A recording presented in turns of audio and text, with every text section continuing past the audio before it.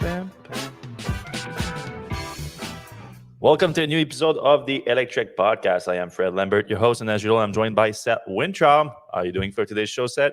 I'm good. All right.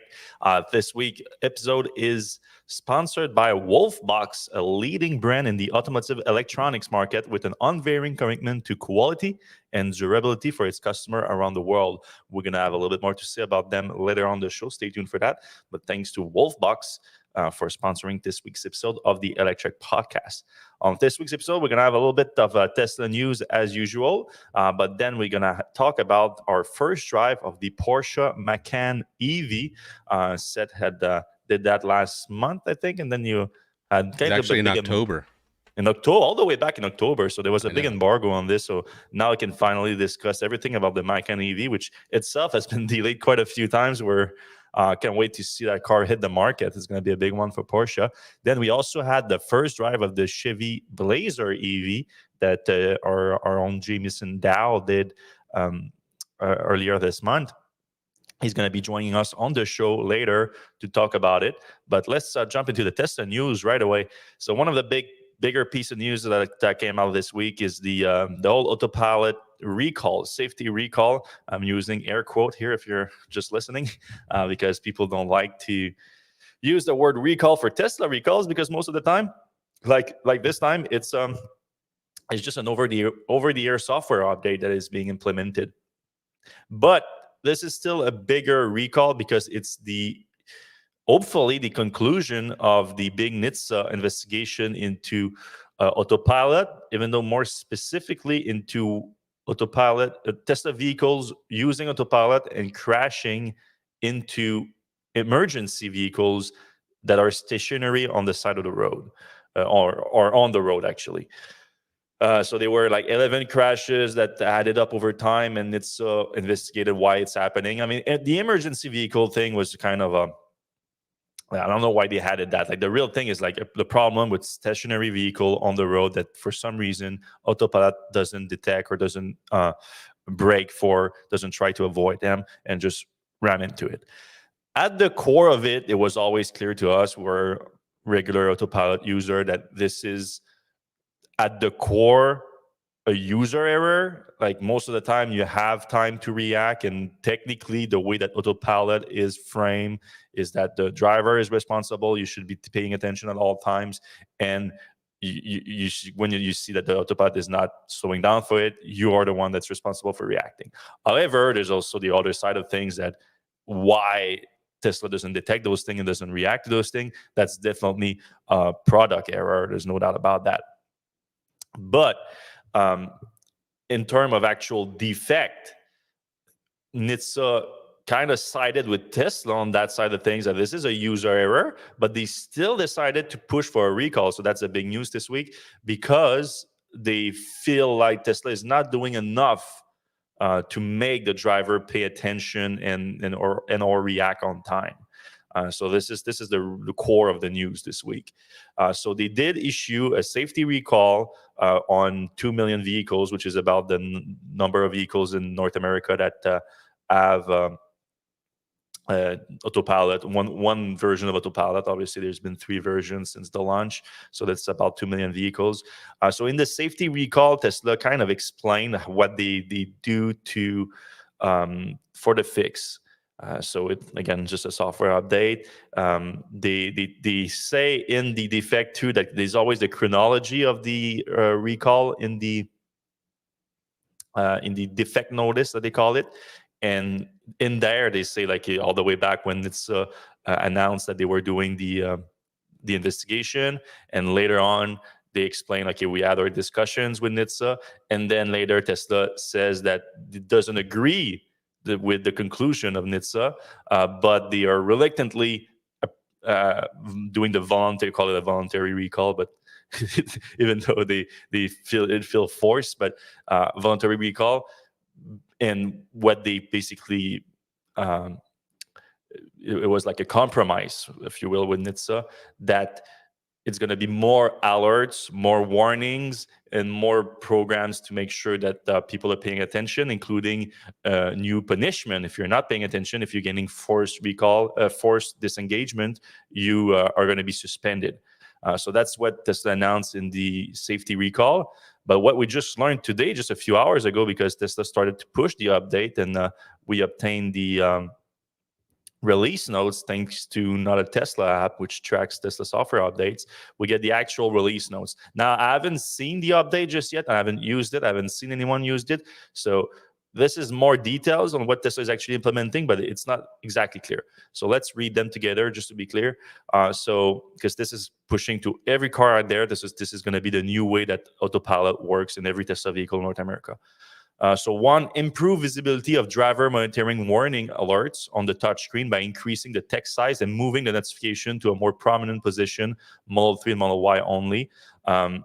Yeah, because Model 3, Model Y only, obviously, because Model S, I think it's already, Model S and X, it's already pretty clear because you have the instrument cluster in front of you, so you have the alerts in front of you. Model 3 and Y, it's on the center display, a little bit more difficult. More specifically, the alerts come at the bottom of the left side of the display. Plus, if you're not picking it up right away, you have a flashing red light at the top until you get like the beep, beep, beep, beep, beep alert. Now, I would assume that now that that text that comes at the bottom is going to be bigger, maybe probably higher up a little bit. That makes sense. I don't think that's going to be a big issue. I don't think most people won't be calling that like, oh, this is too much nag or anything. Next one. Added option to activate Autopilot features with a single start depression instead of two to help simplify activation and disengagement. This is actually something that Tesla pushed a few weeks ago, that pre-recall. So I'm not even sure why. I guess that Tesla pushed that a few weeks ago based on the NHTSA discussion, like it was part of the deal with NHTSA, but now they're including it, but it's already in Tesla vehicles now. All right, this one is the one that we need to see how it's being implemented, because this one might be an actual like increase of the nag. Increase the strictness of driver attentiveness. That's a tough word for me. Driver attentiveness requirements when using auto steer and approaching traffic lights and stop sign off a highway. So traffic light and stop sign off highway. This is more like FSD beta, it sounds like. But anyway, this one, I don't think it's going to be that much of a problem, but driver attentiveness requirement when using auto steer, this one is the biggest one, because this auto steer is Autopilot, basically, the main feature Autopilot. And increase the strictness, we just don't know what that means. So, but it particularly relates to the driver monitoring, driver attentiveness specifically. So that has to be either the alerts that you get, the frequency of alerts, at which level, because Tesla changed the frequency of when you get the alerts based on the speed that you're driving at. So if you're driving now at the higher speed, maybe you're going to get like alerts every like 10 seconds instead of the early 30 seconds if the Tesla doesn't detect your hands on the wheels. So that one could be a true increase in so-called Autopilot nags. And it could be annoying because of Tesla's problem of not being able to detect hands on wheels and just detecting the torque on it. So you might have to just wiggle the wheel a lot more often, and that's annoying as hell. I'm hoping that this is more about the cabin-facing camera, because the cabin-facing camera has been pretty good for me. Like when I'm looking at my screen or instead of the road, when I'm looking on the side instead of looking in front, it detects it pretty quick and send me an alert. And I like those alerts. Those alerts are actually useful. Now, if it's the hands on wheels, I'm not on board with that. That's going to be annoying. The next one is introduce a suspension policy that will restrict auto steer usage for 1 week if improper usage is detected. Improper usage is when you or another driver of your vehicle receive 5 forced Autopilot disengagements. So this one, actually, I don't think that's a big deal either, because obviously it sounds like extremely harsh, a 1 week auto steer suspension. Like it's 1 week is long. Like for 1 week, you're not allowed to use a feature that you paid for in your car. It's kind of sounds extreme, but getting 5 forced Autopilot disengagement is kind of a big deal. Like I think I've gotten one in like what 4 years and hundreds of miles of using it, hundreds of thousands of miles. I can probably count on one hand how many I've gotten. Yeah. Yeah. So getting 5, they don't say like over which period of time getting 5 though. Yeah, I don't know. So like if you're someone that tends to get them, or first of all, if you tend to get them a lot, like you probably need to change your approach of how you use Autopilot. Like this, it should be a pretty good indication that you're doing something wrong. Unless there's a problem with your system, I don't know. So yeah, these are the 4 new policies that Tesla is including into the recall. That's going to be pushed to all Tesla vehicles that have Autopilot, which is pretty much all of them in North America over the next few weeks. So I need like again, I need to see for the second point or the third point. I need to see it in action to be able to judge it. Otherwise, it's not. I don't know how to think about this. Can you send the link to Jamie, please, so that he can join the show later on? He's Sure. asking for it. I forgot to send it to him. My bad. All right. Next piece of news is Cybertruck is like we've been tracking since the launch of the Cybertruck an idea of the production. Obviously, we don't have exact numbers or anything like that, but since there was a fear that Tesla would just launch a Cybertruck and then not ramp up production right away, like the Tesla Semi last year, we've been tracking it a little bit closer. And thanks to the several drone pilots, specifically Joe Tegmeyer, that are flying over Gigafactory, Texas on the daily basis, basically, we can get a pretty good idea of what's happening with the Cybertruck production.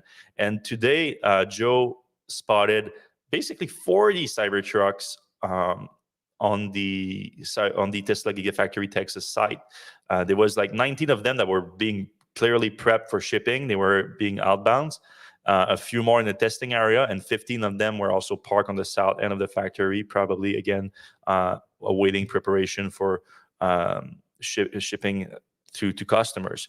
So this is, 40. We don't know for over how many periods of times, what period of times they were built, but it's still a good number of trucks that is being built, adding to Tesla sending a bunch of emails to reservation holders, letting them know that they can be ready for delivery soon in California and Texas, and next year they're going to expand to other states.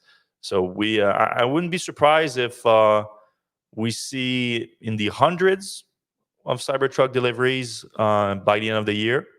So I think that's pretty decent. It's not nothing major, but it's pretty decent. And then obviously the bulk of the ramp up is going to be throughout 2024. Aiming for volume production at a rate of 250,000 a year at some point mid next year, I would assume. Yeah, when do you think they can reach 1,000 units a week? It's probably going to be mid next year, I would imagine. At the mid next year. Oh boy, 1,000 a week. Yeah, I was thinking like late Q1. I mean, like these kind of seem like almost like design intent vehicles. Like they don't see, like when you're making a handful a day, it doesn't seem like those are going to be. It doesn't seem like they're like really ramping. So I feel like the ramp is going to happen Q1, and then they'll start hitting those big numbers maybe in Q2. Yeah, well, that's fair. I mean, 1,000 a week, like it's like less than 200 a day. I think it's doable. Like there's probably like a handful of bottlenecks right now that are preventing just that. So I think those are fixable within a quarter, I would assume. Maybe Tesla also like shuts down production during the holidays and use that time to make some upgrades and things like that, and then comes back in January with higher production. Like things like that are very possible, I think. Right, and also Model Y, I think they're kind of slowing down on that. They probably don't need to go full throttle on that right now. Yeah, I mean I think they switched the production of the Model Y in Texas to the non-4680 cells to focus 4680 cells Cybertruck, so that changed things up a little bit. We learned of Tesla partnering with Uber to sell their vehicles directly to drivers through something that I didn't know existed, the Uber marketplace, vehicle marketplace. So they have this platform where they offer vehicles directly to drivers with discounts with partners. And Tesla is a new partner for Model 3 and Model Y with discounts up to $3,000 on inventory Model 3, Model Y. And what's interesting is that the discounts are based on the level of the driver, whether it's a blue, gold, platinum, or diamond drivers, with diamond drivers obviously getting the higher discounts at $3,000 off their purchase. So Seth and I were discussing this, like, where do we think that Tesla is doing the full discount, of Uber is doing the full discount? And I'm thinking that Uber is actually contributing for that discount because, so if I'm listening correctly, when you bought your Bolt EV, you used that program, right? That's right. And you had to become a Uber driver to use that program. That's right. But you never actually did a Uber drive. That's right. All right. So, and you were still able to use that program. You just sign up to be Uber driver online, takes a few minutes, whenever it's done. In this case, they added a requirements of to complete 100 trips before February 15. So I think both Tesla is contributing to this, because one of the requirements is that the Tesla vehicle is being delivered during December 23. That's a weird way to phrase it, like by the end of the month, basically. So obviously Tesla is trying to deliver as many cars by the end of the month to hit a new record number and deliver on the 1.8 million guidance for the year. But then there was not the complete 100 trips. So if Uber is hiding that requirement, Tesla obviously doesn't care what you do with the car once you have the car, but Uber cares, especially if they are subsidizing it. So they're like, all right, you have to do 100 trips by February 15, otherwise you cannot take advantage of that discount. So I think both Tesla and Uber are participating in this, which is pretty cool. Obviously, there already are plenty of Tesla vehicles on the Uber network thanks to the Hertz deal that brought 50,000 vehicles to the Uber fleet at Model 3, Model Y. All right, we got some bad news for Tesla on the tax credit front this week. So we already knew Tesla signaled us that they were losing half of the tax credit starting next year on the Model 3 rear-wheel drive and Model 3 long range. But this week, they actually announced that now they expect to lose the full tax credit on those two trims. So we had a lot of companies that have been just like digesting these latest guidance and rules from the IRS regarding the updated requirements for battery materials and components in the updated tax credit system next year. And they were like trying to figure out, like, how it's going to affect your sale. We know last week we talked about the Model 3s and the Mach-E, Ford Mach-E, that also seeing its tax credit reduced. But it looks like they were still interpreting the laws and the updated guidances, and now they believe that the full tax credit is going away. We assume that it has to do with these models using the LFP battery cells from China. That is at least our assumption. But then what we learned just a few days later is that the Model Y is also going to lose the full 7,500 tax credit. There's going to be likely reduction. So Tesla is not going as many details as the Model 3, but in the configurator, they hided a note that says that reduction is likely after December 31st. They're not even mentioned which model. We assume that it's the base model, the new Model Y rear-wheel drive. But the thing is, we never were able to confirm that the Model Y rear-wheel drive use LFP cells in the US. We know that in China it does, but in the US, the user manuals still mention charging up to 80%, which normally doesn't say that when it's LFP cells. So this points to regular NCA cells, but at the same time, some Tesla owners were buying the vehicle and asking Tesla, or getting mixed signal from some Tesla people says they have LFP cells, some people don't. So it's like a very confusing idea. Obviously, Tesla has moved away from letting people know what kind of battery they're getting for a few years now, which is kind of a dumb strategy, if you will. Like, you're buying the car, let me know what's in my car. Like, it's Right, just as exactly. simple as that. There should Such be a weird approach. a label. And we've always wondered, like, all this year, how Tesla was getting the full tax credit on the LFP Model 3s. Like, Yeah. that doesn't make sense. Those batteries are coming from China. There's no LFP batteries being built in the US as far as we know. Not So yet, not in volume at least. So it's been weird. I mean, I assume that the government maybe like gave some relax for the first year. But I mean, there was already some relax because of the rules were set that they increase the percentage of materials that are coming from America needs to increase every year. So there was already like, but probably there was some exemption on top of it for the first year, I assume. They just don't talk about it much. Yeah, it's weird. All right, last piece of news before we talk about the Porsche Macan EV and the Chevy Blazer, but some Gigafactory Mexico news. So Gigafactory Mexico is basically on hold from Tesla. The last time we heard, it was supposed to come in super fast after the announcement in March, but we haven't heard much. And then Elon finally confirmed that they are basically putting it on hold. They're still ordering some long lead items that they need for production, but in terms of breaking ground, they are not breaking ground until they decide that the economy is recovering. Like they don't see that just yet.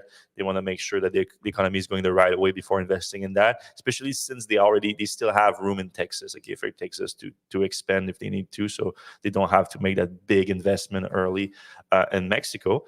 But so that's on the Tesla side. On the Mexican side of things, they've been moving forward. So last month we learned that Tesla has secured all the permits to start construction, so it's completely on Tesla's side to start construction. Today, what we learned is that the Nuevo Leon government has approved an incentive package for Tesla to build in Gigafactory Mexico. So that includes, it's basically valued at $153 million. It includes investment in local infrastructure, investment in so that includes like water and roads and things like that, and also a reduction in the payroll tax. So these two together adds up to $153 million, which is pretty good deal for the states because we know that there's been other states that offered a lot more. But the Tesla is investing 4.5 billion with the B in there, creating about 4,500 jobs. And indirectly, it's going to be a much more. Like the government talked about 30 suppliers that are already there or coming to the region in order to supply Tesla. So it's going to be a big job creation for the region of Monterrey, Nuevo Leon, Mexico. All right, let's talk a little bit about our sponsor, Wolfbox. All right. Today's episode is sponsored by Wolfbox, a leading brand in the automotive electronics market with an unwavering commitment to quality and durability for its customers around the world. The team at Wolfbox believes that driving is oftentimes more than just a means of transportation. It can be an adventure waiting to unfold, and the company wants you, your trusted companion during those journeys. Wolfbox sells a series of smart dash cams and other vehicle accessories, in addition to a perfect fit floor mats through a partnership with 3W Liners. For EV drivers, Wolfbox currently offers Level 2 home charger with adjustable current, Wi-Fi, Bluetooth, and plug-in charge capabilities. Whether you prefer to connect to your home via Nemo plug or hardware directly into your existing system, Wolfbox indoor-outdoor EV charger is compatible with all J1772 plugs and empowers drivers to schedule and monitor their home charge session from anywhere using their smartphones. Save 30% off on your Wolfbox Level 2 EV charger on the company's Amazon store for a limited time. Learn more at wolfbox.com. A big thanks to Wolfbox for sponsoring. Yes, thank you, Wolfbox. All right, we have a few more news items, and then we're gonna discuss your questions. So if you guys have any question for us, you can put it in the comment section right now on the bottom of your screen. We're live on YouTube, LinkedIn, Facebook. We're even getting. I don't think we can take question for Facebook anymore, right? Is that the one that's bugging out for some reason? No, we just got one, I think. Oh wait, no, yeah? maybe No, so that's Lincoln. There was some before, but we're actually getting Twitter comments. Yeah, now. Twitter is new. Twitter, we can take questions from Twitter now, which is nice. And then we have Jamie that's waiting in the wings that's going to come in to talk about his review or his first drive of the Chevy Blazer EV. So one of the new GM Ultium electric vehicles that we are excited about. So we're going to talk about that in a moment. But first off, we're going to talk about something that we've been waiting to talk for a long time: the Porsche Macan Macan EV. Take it Yeah, away, so Sam. this actually happened in October, so I barely remember any of this stuff.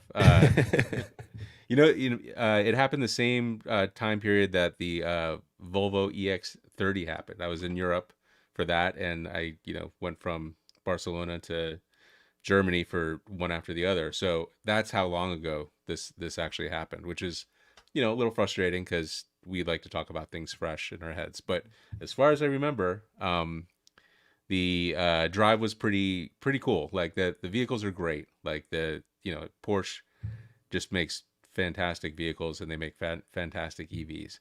Unfortunately, we didn't get to drive the Macan. Like we got to sit shotgun while engineers who knew a lot about the vehicles drove us around the track, which was like white knuckle holding on to the handles. By the way, you know this thing is really late. Like they expected it at least a year and a half ago.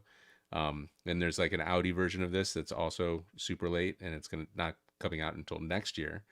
So the Macan is a kind of a compact SUV, but it's a Porsche, so it's absurdly fast and it handles really well on the track. The interior, we didn't even get to look at the interior. It had like curtains all over everything. Oh, So really? yeah, so it was really frustrating because I was like, can I talk about like where the handles are to hold on to? And they were like, well, you can talk about this, but you can't talk about that. You can talk about this, but you can't talk about that. I'm like, this is just like kind of a minefield. I mean, look at the car. It's a gorgeous car. It But even dri- even that, even the exterior right there is there's no added like camouflage on this. there was no camouflage, but they only had black ones, which I thought was Okay, weird. yeah, And because then there's some pieces that I feel weird about, but it looks cool. It looks cool. yeah, it's a great looking vehicle. They have three different tire models, typical for Porsche. They're wheel sizes. They have softer wheels. They have like racing wheels. Um, and it's quite fast. It's like mid 3 seconds, 0 to 60. So it's what you would expect from a Porsche, even though it's an SUV form factor. One nice thing, we got to drill deep on like the charging aspect. It's still 270 kilowatts, but Porsche's battery engineers got the charging curve to be best in class. And we were like, compared to what? And they were like, we can't tell you. And we're like, okay, like competitor one, competitor two, competitor three. Yeah, do we have to guess now? Which one for those who are just listening, we're seeing like a bunch of charging session curves here, but we have the PPE platform, but the rest is all just name of the competitor, not the name of Right, competitor, but just call competitor 1, 2, 3, and 4. right. So we don't know who they're comparing to and if they missed anybody, but it does charge quite fast. And like at a Tesla Magic Dock charger, it'll charge 400 volts. It'll charge quite fast as well. It splits it makes each side of the battery pack charge at 400 volts, even though it's an 800 volt system. Hmm. So it can actually charge fast at either type of charger, 400 or 800 volts. And it can go 10% to 80% state of charge, which is I think 200 something miles, in just over 20 minutes, which is pretty solid. Like that's kind of top spec right now. At Um, optimum temperature though, yeah, and 23C74. yeah, I mean the way you look at this graph, and we're looking at a graph on the screen, you know, anywhere between 15 and 40 degrees Celsius, you're going to get a pretty under 25-minute charge. So I think that's pretty solid. Hmm. Um, so we got to see, we got to talk about charging a lot. We got to see the internals of the car. They had a really cool Oculus 3 uh, demo where like people are walking around a room like looking underneath the car hood and all kinds of stuff. But of course, we can't show you that, and we can't, there's no visual representation. Even if we could take pictures, you can't take pictures of VR really. So, Hmm. but they use the battery technology. They've revamped the navigation system. In Europe, there's so many more fast chargers, so like it basically figures out 10 different ways you can get to your destination, and the fastest way, and the whatever the ways that are at good restaurants and all that stuff. So they worked on that quite a bit. But the main thing, any Porsche, is the track, and this thing is absurd on the track. I think things that would have flipped most cars, these guys were taking them so fast. And this was the only footage I was allowed to get, and I only got it because I was just hanging out outside, after the event.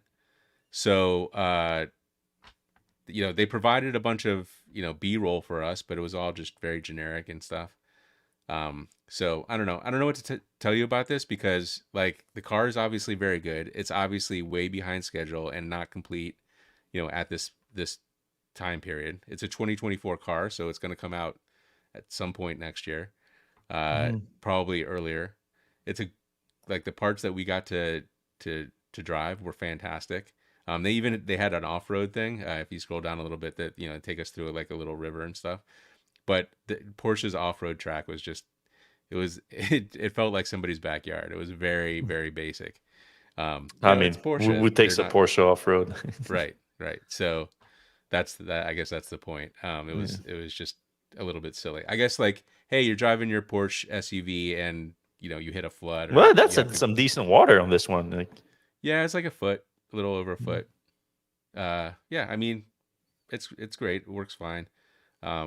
It just wasn't, like a real SUV, like a Range Rover test where you're like going down in crevasses and no, for sure. But did they tell you why it's been delayed for so long? I don't think we've never got a straight answer on that. So yes, they told us, of course, off the record, there was issues with the software. They oh yeah, that's right. We heard of that. Yeah. They pointed the finger at VW and their software group. Porsche wants nothing to do with Volkswagen forever at this point because of this. And I think Audi's in the same boat. I think the PPE platform was really ready a long time ago. They just didn't have any software for it. And frankly, like the fact that they didn't let us, use the actual dashboard at all means it's still being worked on. So, it's just quite frustrating. That if you're watching, the screen you see right now is the interior that we did not get to see. It has 3 screens, kind of like the Mercedes, like the passenger has a screen so they can watch like Netflix and stuff. But we didn't get to see that in real life. We got to see. So do they plan level 3 autonomous driving? No, Porsche is not a big autonomous driving. They'll do like traffic aware. Oh, okay, it's for the passenger. Like, never mind, I had a brain fart. You're right.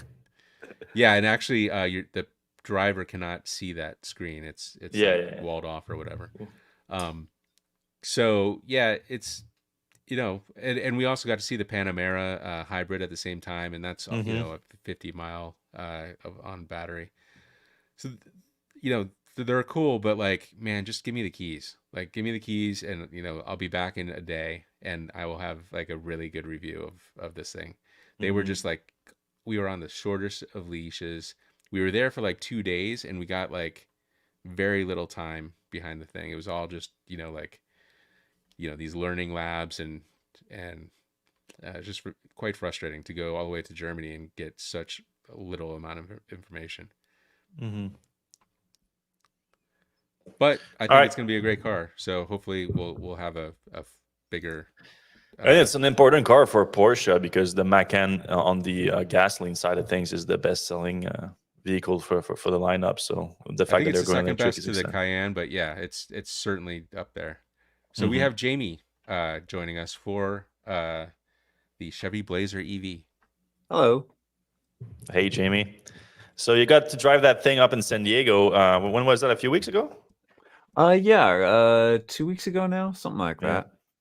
All right. So what did you think of this? I like your headline because I think that's one thing. When we got all the details of the Blazer EV, the thing that we're like, oh, I don't know about that was the pricing of the vehicle. So maybe, I don't know if you want to answer the question of your headline right away. We want to get into the first drive, but take it away. Yeah, well, it is. I mean, it's $56,000. There will be future versions of it that are cheaper. The there's a rear-wheel drive. Wait, is it the rear-wheel drive? There's so many configurations of this car that I forget which one. Yeah, I think Which it's one one of is the which? only vehicles Here. that's got front-wheel drive, rear-wheel drive, and all-wheel drive options. 3 different Yeah. options. Which is Crazy. awesome, by the way. Like, I Yeah. actually do like that they're giving so many options and configurations to everybody. Not only in the option stage when you're building the car, but also like in the user interface. There's a lot of different customization you can do to the drive modes, which is really cool. But we're starting at 56,000 right now, 60,000 for the RS version.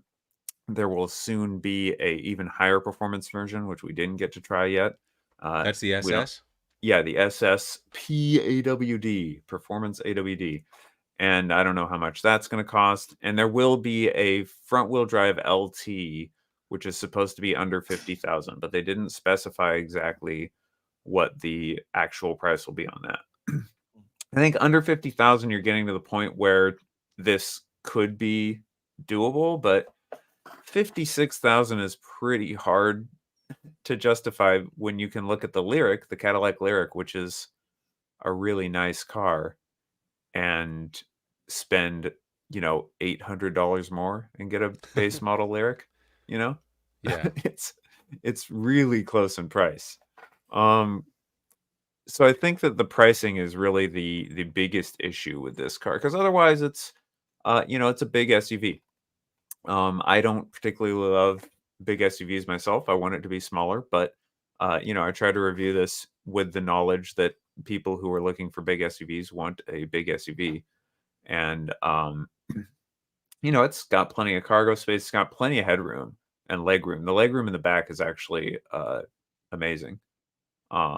Not as good as the FF91, but these are not quite in the same Back seat of category. the Blazer. Yeah. Yeah, that's just a quick video of me sitting in the back seat with my taking a video with my iPhone, and my knees, I really had to slouch to get to the point where my knees were touching the seat. So Now, is there plenty going to be a headroom. third row version of this? They haven't said anything about a third row. I don't think there will be. And frankly, I think that's fine. I feel like the third row would probably be pretty tight if it did end up having third row. And then one big thing about this review that I was really interested in, and I don't know if anyone else is all that interested in, was the interface. They got rid of Apple CarPlay, and this is the first of their vehicles that you can, the consumer can buy and try this new non-CarPlay, the post-CarPlay GM user experience, and it's actually pretty good.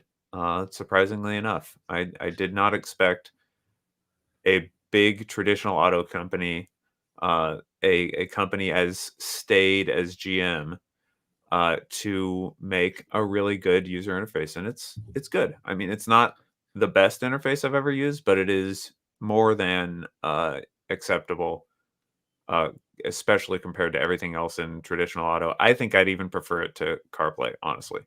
Interesting. Yeah, they kind of had to, right? Like Yeah. you don't make a big move like you go screw CarPlay and then come out with the shittiest software ever. Yeah. Like I was kind of expecting that it would be at least okay. But Yeah, I'm glad but you that never know, because if you compare to everything else on the Yeah. market, everything else is just terrible. Especially the German, like the Yeah. BMW and all that. Like I can't stand it. It's just impossibly bad. And what I like to say is that all of those interfaces are made by the best software engineers in Detroit. And it's Right. like, you're not. I mean, if you're to good, be fair, this is Android, really. I mean, this is Right. Google engineers are doing most of the legwork on this. Right. Mhm. So Google is a large part of this. But GM did hire the head of cloud engineering from Apple, the former VP of cloud engineering from Apple. He's now their senior executive vice president of software at GM. And so, they've got some expertise, and it turned out to work pretty well. So that was one of the points that I was expecting to be like, guys, you didn't do good enough. and I can't say that, which is impressive, because I think that almost every car software thing isn't good enough. That includes the CarPlay and Android Autos of the world, because my issue with them is that they're not a consistent user interface experience that gives you access to all of the vehicle functions. You're kind of siloed into a phone version of your car software, and I would rather something like Tesla or Rivian, where you have just everything all in one, and you're not swapping between the native interface and some other separate interface. You know? Yeah, I mean, I think like for instance, Mercedes did such a bad job with CarPlay that you want to use their built-in software. Like for instance, CarPlay won't project up into the heads-up display. You know, if you're navigating, that's a really nice thing to have. And you know, they make it a small window. Like Lucid makes the CarPlay just like a really small window, like you know, just, like you're running CarPlay in a you know emulator mode or something. And Yep. maybe that's the way to do it. Maybe that's what you should do, is like make CarPlay so bad that you don't want it, and it, you know, nobody will use it.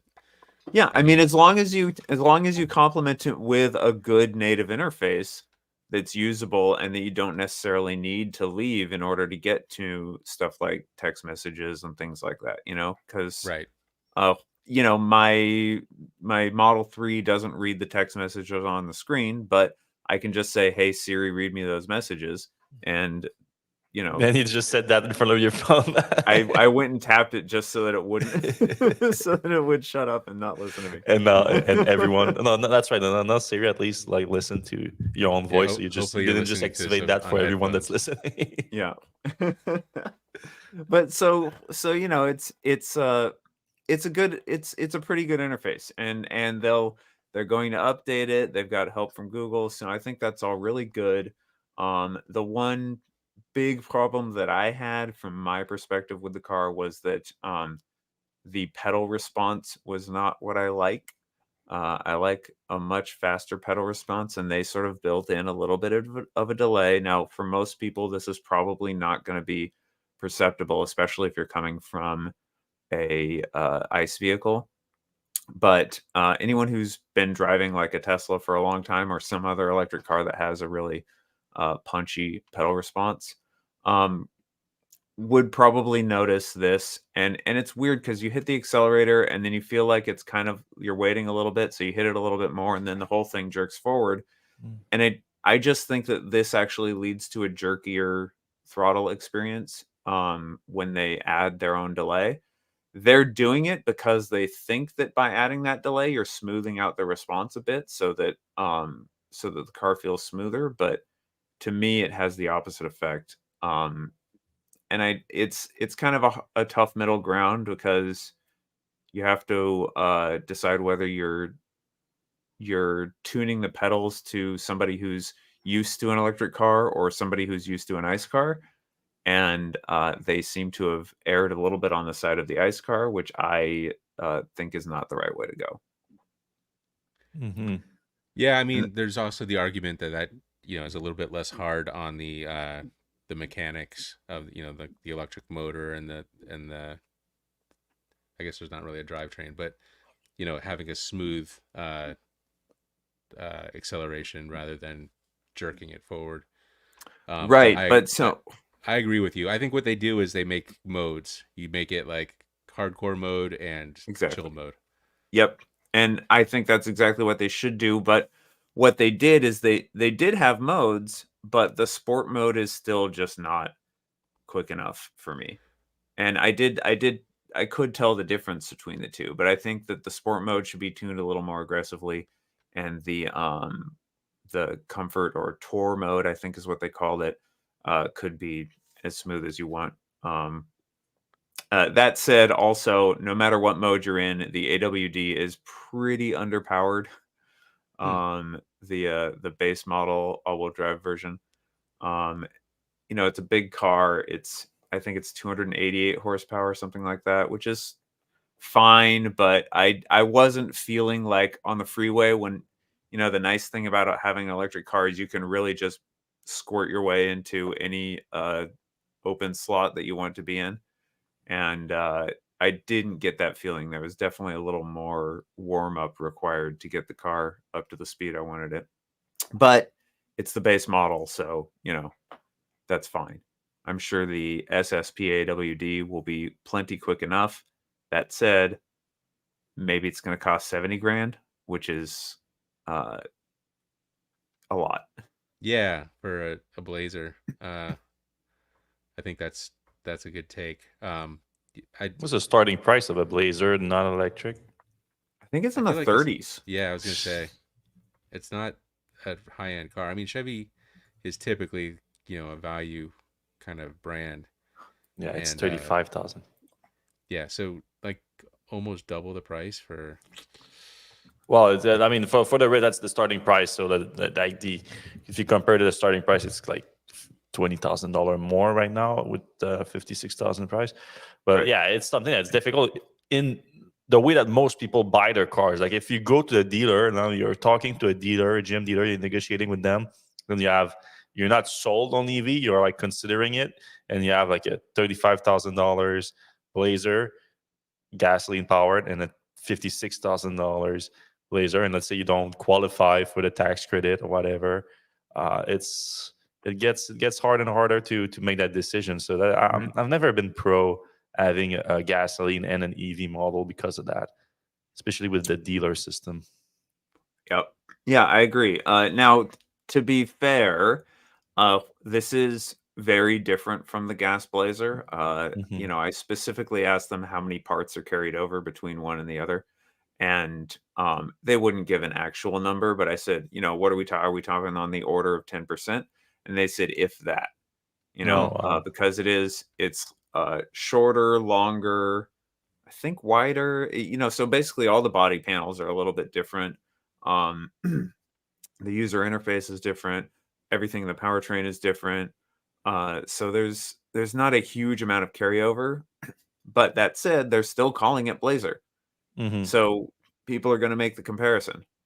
I And assume that maybe like how recent is the gasoline generation Blazer? Maybe they're gonna kill it. Maybe that's why it's gonna die. so eventually they do want to go. I mean, that's what they said. They said they want to save their nameplates, their Hmm. brands, because eventually they're going to be an all electric company. Well, that's But 2035. exactly. But they're going for a gentle transition through the timelines or something. So I don't know if the Blazer will get another gas iteration or not. I would imagine so, but uh, yeah, I think they know the Blazer is like a popular nameplate that they wanted to keep holding on to was the idea. Oh, the ICE version has more space in it. Yes, in fact, it has That's a slightly surprising. higher roof. That's why. Ah, okay, Because yeah. the EV, yeah, it's the main thing is the slightly higher roof. I imagine maybe the floor is slightly higher on the EV because of the uh Battery pack.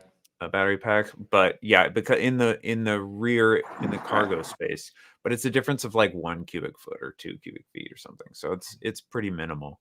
And there's Oh, no trunk here. there's no frunk. The trunk has a pretty cool auto open function where you can walk up to it with your key in your pocket, and if you just stand there for a couple of seconds, it opens up the trunk for you, which is pretty neat. I can see that being annoying if you're just like Yeah, hanging out.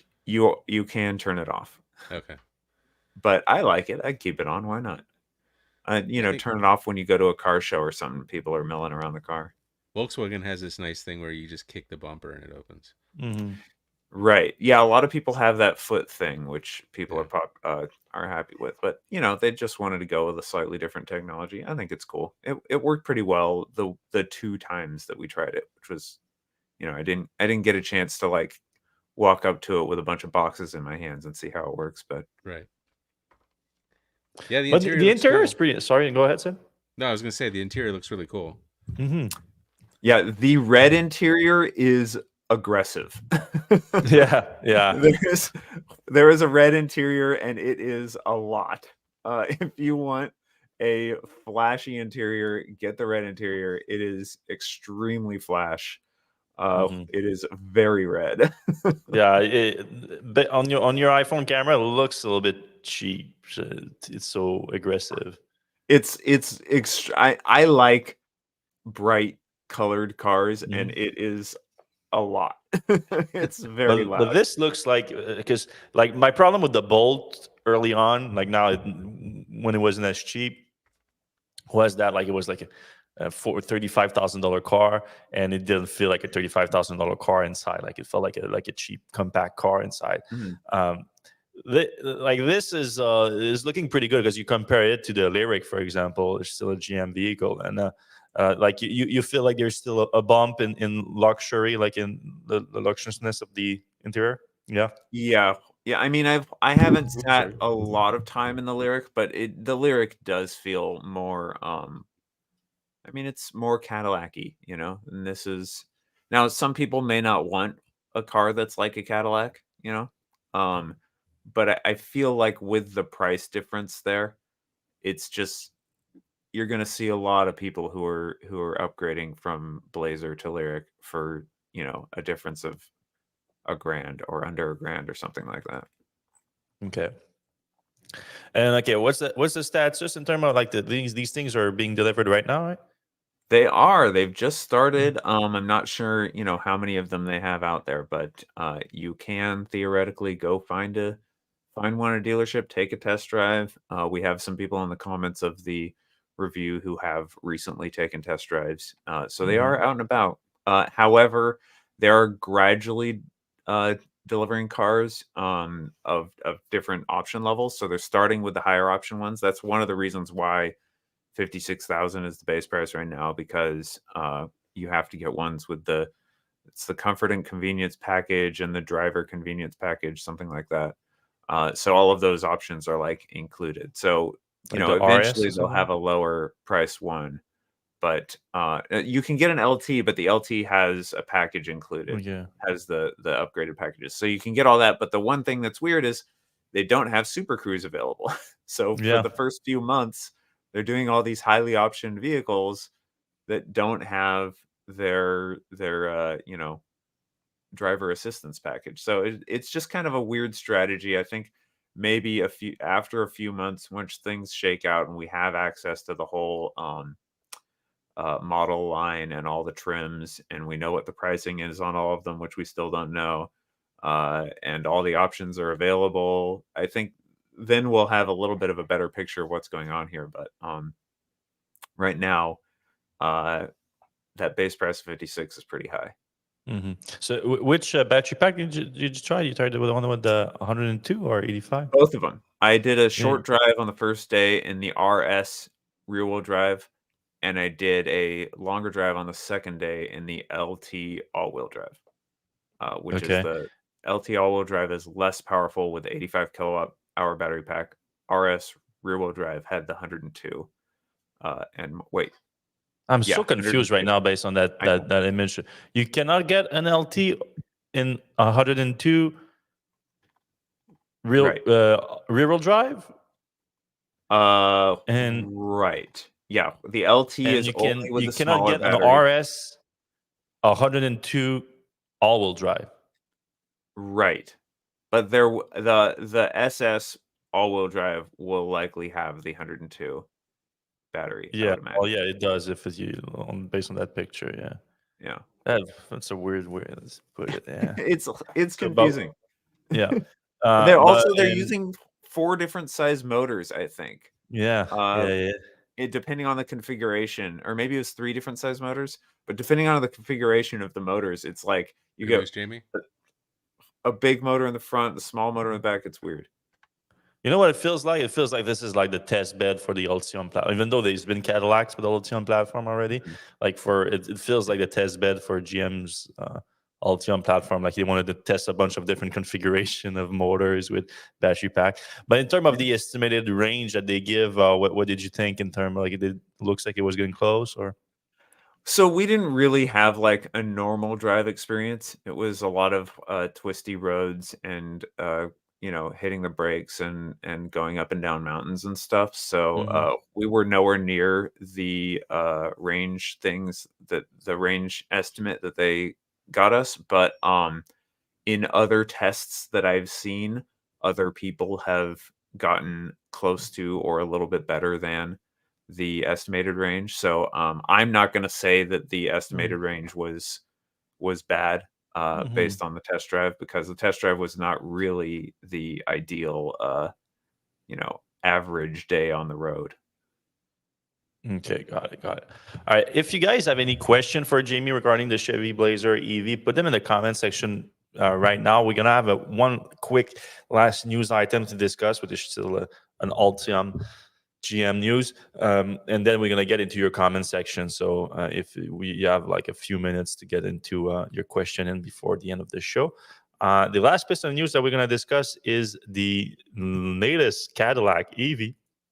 Sorry, the VISTIQ EV is going to be a new SUV that's going to sit between the LYRIQ and the new Escalade IQ that was unveiled a few months ago. To be honest, there's not a lot of details. So GM announced the vehicle, unveiled this picture right here. Looks like a full-size SUV. Then you have this picture right here, like very much in line with the latest design accents that Cadillac is going for with their new EV vehicles. It's going to come as a 2026 model, so I assume some point in 2025, end of 2025 most likely, and no specs or anything like that. But they said it's going to be between the LYRIQ and Escalade, so you can expect that it's going to be I don't know, like a $60,000 to $70,000 range SUV. Also big size, but not quite as big as an Escalade. That's about it for the VISTIQ. What do you guys think of the design? I like it. Yeah. I don't like it as much as the LYRIQ. I think it looks a little old style, but then again, that's kind of a Cadillac is kind of looking for that sort of a traditional purchaser anyway. But I think the LYRIQ has a bit more punch to it. Looks a little more new, more exciting. Also, they're going too far with the IQ thing. They're going to run out of words with IQ at the end. They can make up words, obviously. Yeah. Well, they are. Is VISTIQ a word? No. Everything's like this does a word. Yeah. Optic, why isn't LYRIQ, it late IQ. Yeah. They just didn't even try with Escalade. Yeah, I don't know who thought of this one, but and then they were like, "Oh, we're not giving up on the Escalade name, so you have to deal with it." Escalade, yeah. IQ. Right. Yeah, Oh boy. I mean it's their best seller, so Yeah, it's not a bad name, but now with the IQ, it's like a little bit worse of a name for sure. All right, let's jump into the comment section. All right, we were talking about the Autopilot update with the one down button electric Brian. When you set any other car for cruise control, it doesn't alarm anything.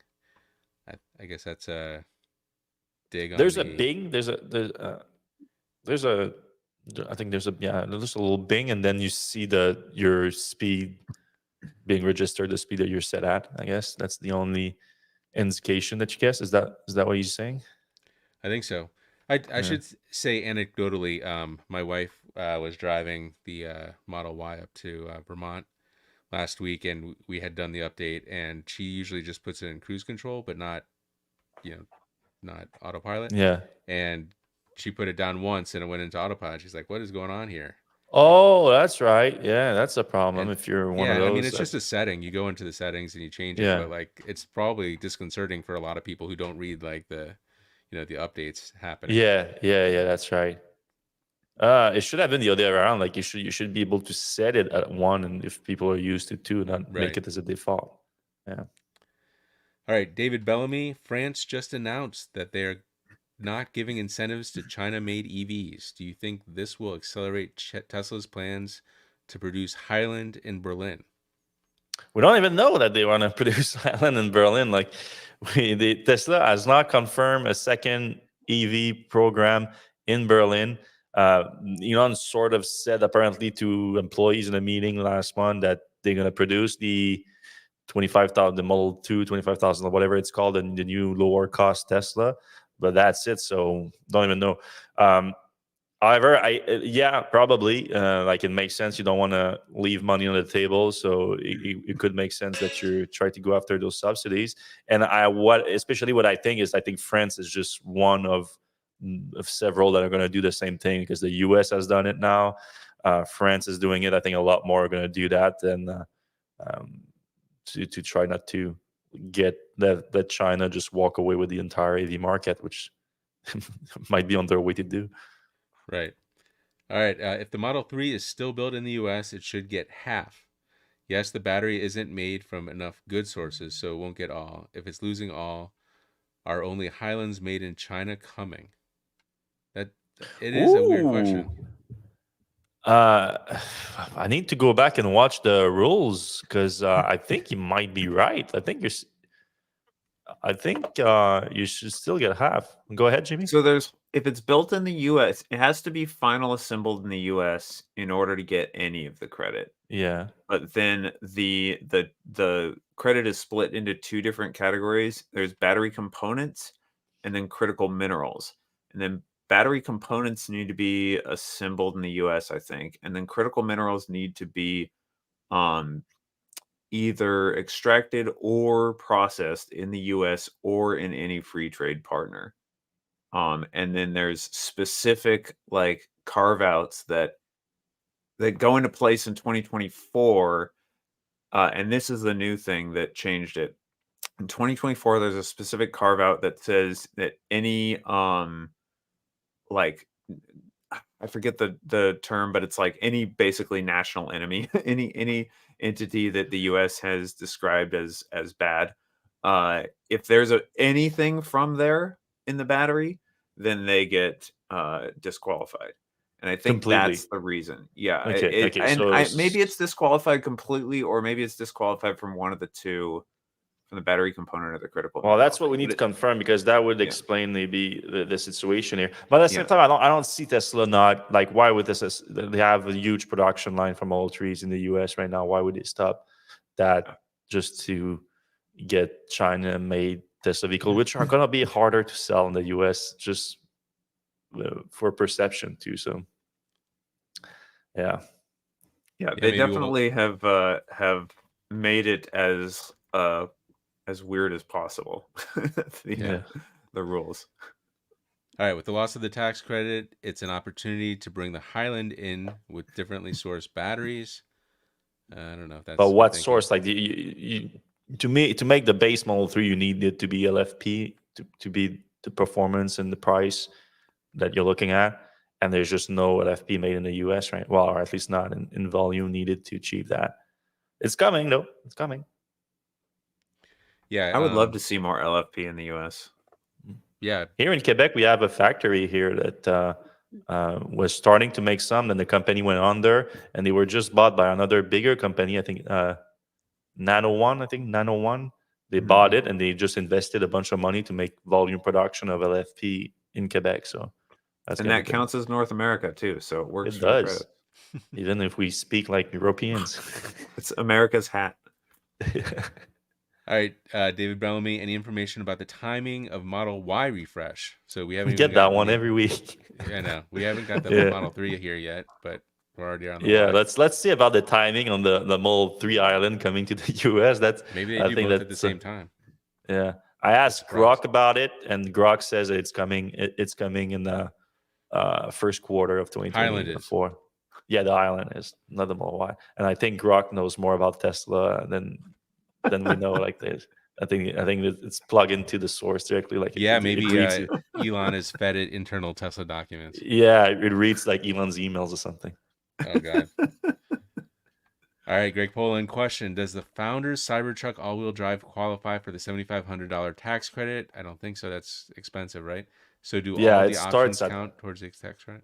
So the way that they frame the foundation, I think it's foundation series and not founder series. They like, it's a package. Like, you buy the whole car for that price. There's no option, anything like that. And so the starting price of the all-wheel drive is $100,000. So no, it doesn't qualify. And even that, like, what's the point anyway? Like, if you can afford $100,000 car, I cannot be surprised that she works with you'd be eligible for the tax credit anyway. So I don't think that's a big market there. All right. How was the heads-up display on the Blazer, Jamie? It was pretty good, but it suffered from the same issue that every heads-up display except for the Mercedes EQS suffers from, which is that if you're wearing polarized sunglasses while you're driving, which I do, you can't see it. Interesting. This one I could see a little bit better than most. But basically when your head is tilted straight up, the thing disappears, and if you tilt your head to the side just a little bit, it shows up. So if you want to drive like this with your head sideways, you can see it. Can you get polarized sunglasses that are diagonal or something? No, I mean that's just the you polarize them that way so that reflections from you know like water and Right. things that are normally going to reflect get polarized out when your head is in the direction that it's supposed to be in, which is, of course, the difficulty is when your head is in that direction, it's also working to polarize, the reflection off of the screen, the windshield in front of you.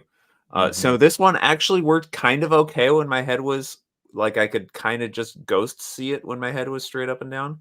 So it's a little bit better than most, but Mercedes EQS works completely no matter which direction your head is when you have polarized sunglasses on. So it's like if they can figure it out, please everybody else figure it out. It's got to be doable. It is not physically impossible because I've seen it happen. Take the screen, turn it 90 degrees or something like that, or add some etching on the windshield, whatever you need to do, just make it work. Because this one didn't. All right. Otherwise, the quality of the display was nice. It wasn't as nice as the Mercedes EQS in terms of what options or what stuff it shows you, but it shows you a good amount of stuff. Navigation pretty intuitive.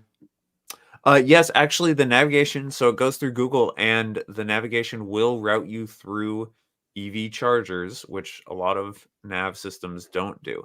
So we're seeing more and more of them now that do. But if you say, take me to Portland or whatever, the car will tell you, all right, you're going to charge at, Harris Ranch, you're going to charge at Sacramento for 45 minutes, you're going to charge here and there, and so on and so forth. Which is really nice for people who don't want to have to think of their own charging. It's just really cool to be able to say that and just have the car suggest where you charge and how long. Yeah. All right. Question. How do you rate the mass media coverage of EV adoption? I see recent headlines with negative slants, but then read the best-selling car worldwide is an EV. I mean, there's a lot of nuance in that. I don't know. I think mass media is kind of all over the place. I would say, we spend all day thinking about this stuff. Mass media, typically they're on the fringes. They have to cover so many more things that they don't really dive deep. They kind of don't see the patterns and they don't see the BS. I don't know. What do you think? I got a lot to say about this. Yeah, I think they see like a headline, someone writes it, or like EV sales are going bad, or they see these dealerships sending them a press release about not wanting to sell EVs, or EVs are not selling, and they just take an opportunity, like we're gonna get a few clicks out of this. I don't, like you said, I don't think they are like diving deep into the subject and trying to. Some of them are, to be honest. Like I've seen some articles from mainstream media or corporate media or whatever you want to call them that have debunked this idea too. So I don't think it's like everyone's a culprit here. But yeah, in general, I think Bike Angelis is correct. Like I think there's a negative view of the. Oh, was that someone else? Yeah, no. Yeah. So I don't think much about it. I don't read corporate media that much these days. But yeah, what do you think, Jamie? Yeah, so I think there has been a bit of a backlash because in October you were seeing all these headlines about EV sales being down, which they never were, by the way. They're up. Just the contention was that they would be up by less than people thought they would be up. And then in like November and then this month, you're seeing a lot of people who are actually looking at the numbers and they're like, wait a minute, they're not down. They're still rising at the same rate that they were rising anyway. And if you look at all the numbers, we're at about a 50% increase year over year, which has been the case for quite a while. So I think EV sales are growing at about the same rate as expected. I think anyone who's cutting production plans is probably doing the wrong thing. And there have been some arguments made. David Reichmuth of the Union of Concerned Scientists wrote an article about how he thinks, part of the article was that he thinks part of the reason for this talk about a slowdown is because they're working on new EPA regulations for how many electric cars we're going to be selling into the future. And if manufacturers all make it seem like electric cars aren't taking off, it's based on history, because they did exactly that they've in the early 2000s, late 90s, early 2000 in California, and with the EPA too. So, and if Trump gets elected, there's going to be some like major backtracking. Yeah. So there's that. But then the other thing is, there are some headwinds right now. The NACS transition, a lot of people are maybe thinking, I can wait a year and get a car with NACS instead of a car with J1772. And interest rates, people might be waiting out, but interest rates are affecting the whole auto industry too. People talk about EVs gathering up on dealer lots, but if you look at a dealer lot, they're also full of gas cars right now because everyone's kind of slowing down a bit. So I don't think there's that many specific EV issues right now. All right. Kind of on that same subject, based on your experience, Jamie, how serious or all in does GM seem on EVs? Talking to everyone there at the event was like, people were interested in, in GM. They were all, pushing them. But at the end of the day, 3%, 4% of their current sales are electric. And they've been talking about being all in for how many years now? And the average US electric sales is like 9% or something this quarter, or 8% last quarter. So they're bringing down the average, So I don't know how a company can say they're all in when they're bringing down the average. If they were all in, they would be bringing up the average. And there are a number of companies other than Tesla that are bringing up the average. BMW, Mercedes, Volvo are all selling more than the average. So, it's really hard because I know they're all working hard on these cars and they're making pretty good cars. The Bolt is fantastic. The Blazer was fantastic.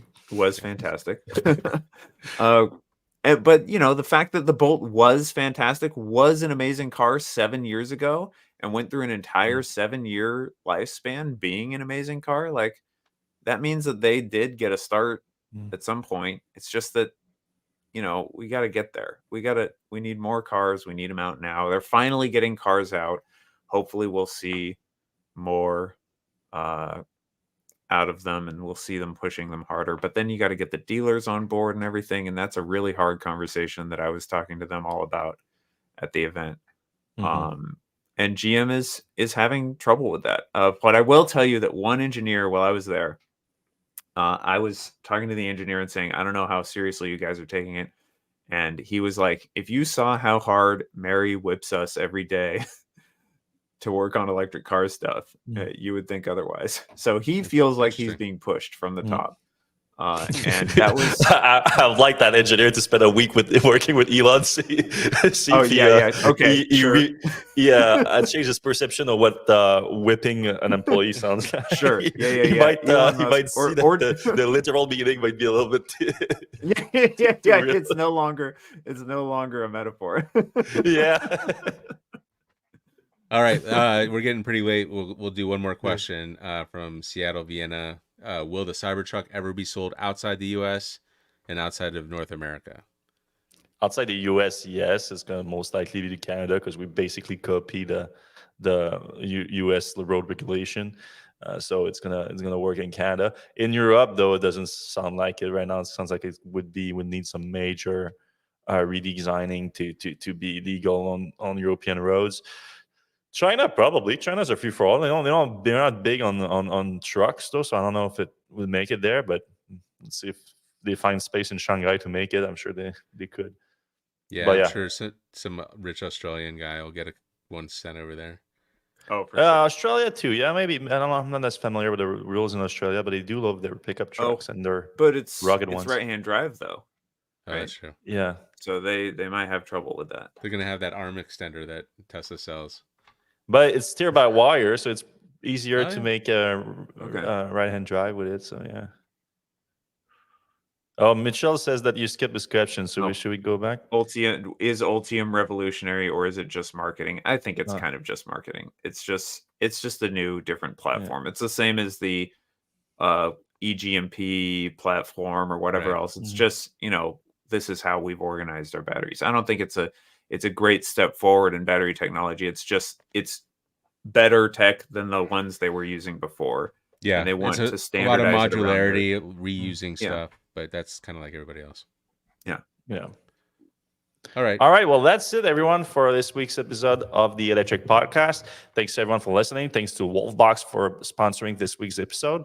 If you do enjoy the show, if you can give us a thumbs up, a like, a subscribe, however it is on the app you're watching right now, because we're live everywhere. You can do it. Helps the show more than you think, and it takes a second to do, and it's free to do. If you're listening on your podcast app right now, you can give us a 5-star review on the app. That helps the show a ton too, and we appreciate every single one of you that does it. Same place, same week, same place, same time next week.